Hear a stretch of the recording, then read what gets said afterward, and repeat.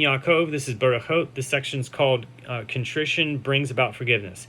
So Rabbah ben Chinena, the elder, further said in the name of Rav, if a person commits a sin and is ashamed of it, all his sins are forgiven. For it says, thus you will remember and feel shame, and you will be too abashed to open your mouth again, when I have forgiven you for all that you have done, says God the Lord. Ezekiel 16:63.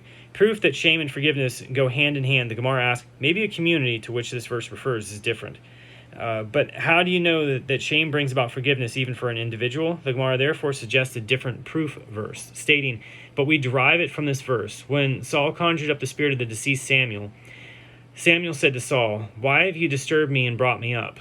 And Saul answered, I am in great trouble. The Philistines are attacking me, and God has turned away from me.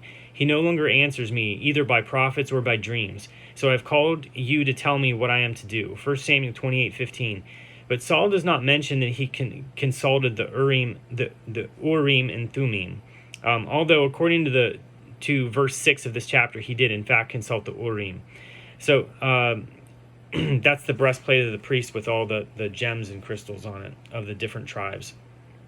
Okay, Saul did not mention it because he had killed all the people of Nob, the city of priests, and his silence shows that he was ashamed of what he had done. And how do we know that God had forgiven Saul? Because it says, Samuel said to Saul, tomorrow your sons will be with me. 1 Samuel 28:19.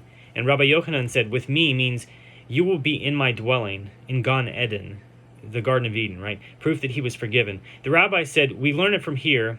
The Gibeonites demanded that David hand over 7 of Saul's sons and said, and we will hang them before God in Givat Shaul, the chosen of God. 2 Samuel 21, verse 6. It was not the Gibeonites who said, Saul, the chosen of God. It was a heavenly voice that came forth and declared, Saul is the chosen of God, proof that he was forgiven.